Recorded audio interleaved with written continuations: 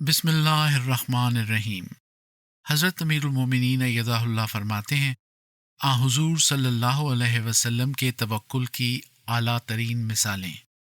دنیا میں سب سے زیادہ توکل اللہ تعالیٰ انبیاء میں پیدا کرتا ہے اور ان کو خود تسلی دیتا ہے کہ تم فکر نہ کرو، میں ہر معاملے میں تمہارے ساتھ ہوں، کوئی دشمن تمہیں کوئی تکلیف نہیں پہنچا سکتا، میں سننے اور دیکھنے والا ہوں۔ اگر دشمن نے غلط نظر سے دیکھنے کی کوشش کی یا کوئی سازش کرنے کی کوشش کی تو میں جو ہر بات کا علم رکھنے والا اور تیری دعاؤں کو سننے والا ہوں، خود اس کا علاج کر لوں گا۔ اور اس طرح باقی روزمرہ کے معاملات میں بھی انبیاء کا توکل بہت بڑھا ہوا ہوتا ہے، کیونکہ وہ اس یقین پر قائم ہوتے ہیں کہ خدا ہر قدم پر ان کے ساتھ ہے، ہر معاملے میں ان کے ساتھ ہے۔ اور پھر اسی طرح روحانی مدارج اور مقام کے لحاظ سے توکل کے معیار آگے مومنین میں قائم ہوتے چلے جاتے ہیں۔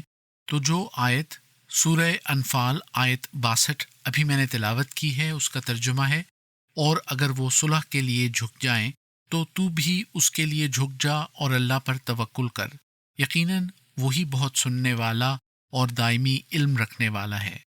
تفسیر روح المعانی میں علامہ شہاب الدین آلوسی اس آیت کی تشریح میں لکھتے ہیں کہ وتوکل علی اللہ سے یہ مراد ہے کہ اپنا معاملہ اللہ سبحانہ و تعالیٰ کے سپرد کر دے اور اس امر سے خائف نہ ہو، اگر وہ تیرے لیے اپنے بازو سلامتی کے لیے جھکائیں تو کہیں ایسا نہ ہو کہ ان کے بازو مکر اور سازشوں میں لپٹے ہوئے ہوں۔ انہو سے مراد اللہ جل شانہ ہے۔ ہوسمی سے مراد یہ ہے کہ اللہ تعالیٰ دھوکہ دہی کی ان تمام باتوں کو جو وہ علیحدگیوں میں کرتے ہیں سنتا ہے۔ العلیم سے مراد یہ ہے کہ اللہ تعالیٰ ان کی نیتوں کو بھی جانتا ہے، پس وہ ان سے ایسا مواخذہ کرے گا جس کے وہ مستحق ہیں اور ان کی تدابیر کو ان پر الٹا دے گا۔ تفسیر روح المعانی جلد 6 صفحہ 27۔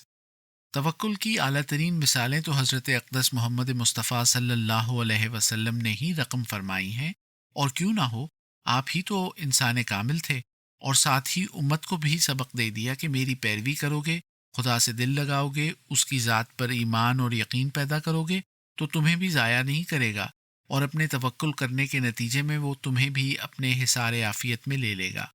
خطبہ جمعہ فرمودہ 15 اگست سن 2003، مطبوعہ الفضل انٹرنیشنل 10 اکتوبر سن 2003۔